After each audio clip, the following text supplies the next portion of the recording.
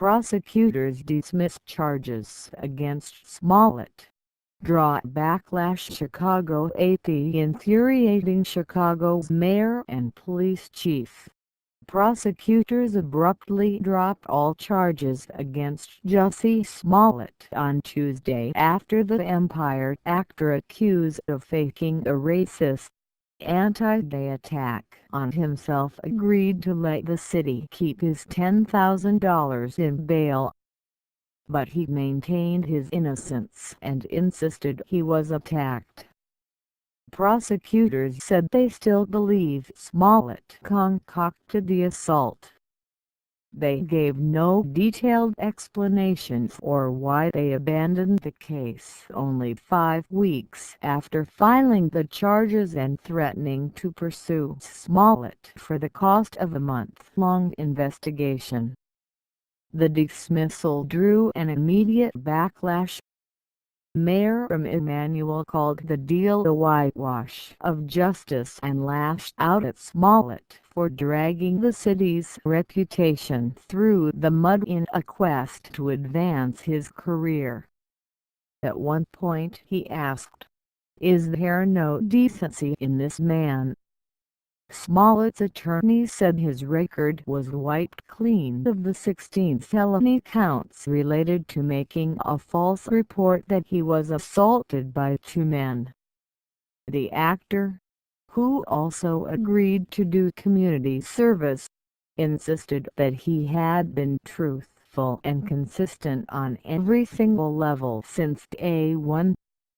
"I would not be my mother's son if I was capable of one drop of what I was being accused of," he told reporters after the court hearing. He thanked the state of Illinois for attempting to do what's right. In a statement, a spokeswoman for the Cook County Prosecutor's Office said the dismissal came after reviewing all of the facts and circumstances of the case. Tandrissa Monton called it a just disposition and appropriate resolution but said it was not an exoneration. First Assistant State's Attorney Joseph Maggots said prosecutors stand behind the investigation and the facts. When dropping cases, prosecutors will sometimes insist that the defendant accept at least a measure of responsibility. Outside court, neither Smollett nor his legal team appeared to concede anything about his original report in January. Defense attorney Patricia Brown Holmes said Smollett was attacked by 2 people he was unable to identify and was a victim who was vilified and made to appear as a perpetrator.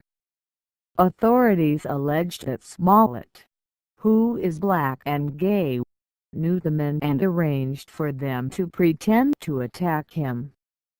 Emanuel, who leaves office in May after 2 terms, said the hoax could endanger other gay people who report hate crimes by casting doubt on whether they are telling the truth.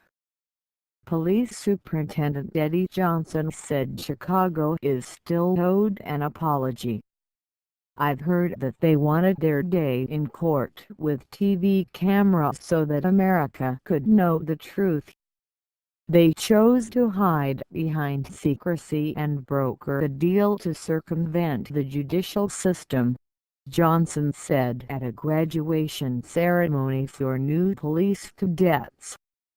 Chicago's top prosecutor, Cook County State's Attorney Kim Foxx, recused herself from the investigation before Smollett was charged, citing conversations she had with a Smollett family member.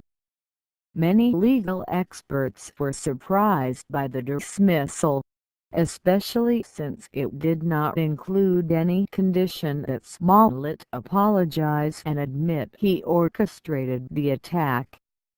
"This situation is totally bizarre.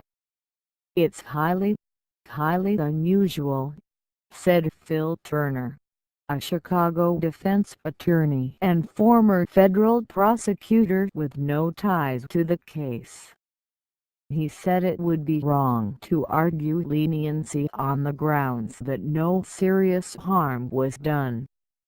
The damage done was worse than a broken arm or money lost in a fraud, Turner said. The reputation of the city has taken a tremendous blow.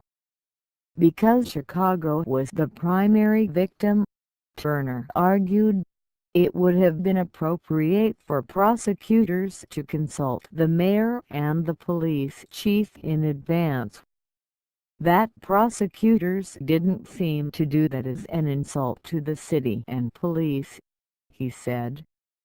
Smollett reported that he was attacked around 2 a.m. on January 29 in downtown Chicago. Investigators said he made the false report because he was unhappy with his pay on Empire and believed it would promote his career.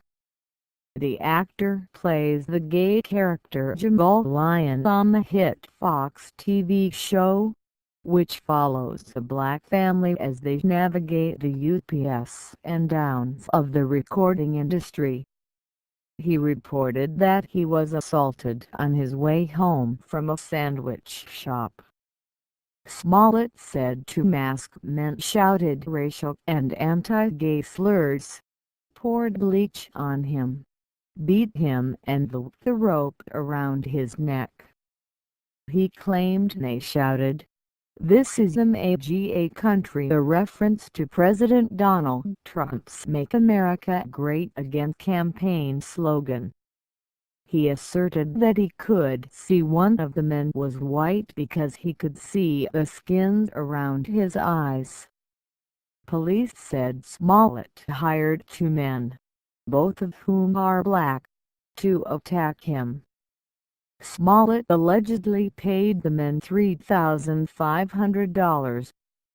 The men were brothers Abimbola Abel and Holobin Joolo Sundaro, and one of them had worked on Empire. An attorney for them has said the brothers agreed to help Smollett because of their friendship with him and the sense that he was helping their careers. They declined to comment. Holmes refused to answer questions about whether Smollett's team would seek legal action against the two. Before the attack, police said Smollett also sent a letter threatening himself to the Chicago studio where Empire is shot. The FBI, which is investigating that letter, has declined to comment. Smollett said he wanted nothing more than to get back to work, but his future with the show was unclear. Shortly after the charges were filed, producers announced that his character would be removed from the final 2 episodes of the season. Fox Television, which produces Empire, issued a one-sentence statement late Tuesday saying only that the company was gratified that the charges had been dropped.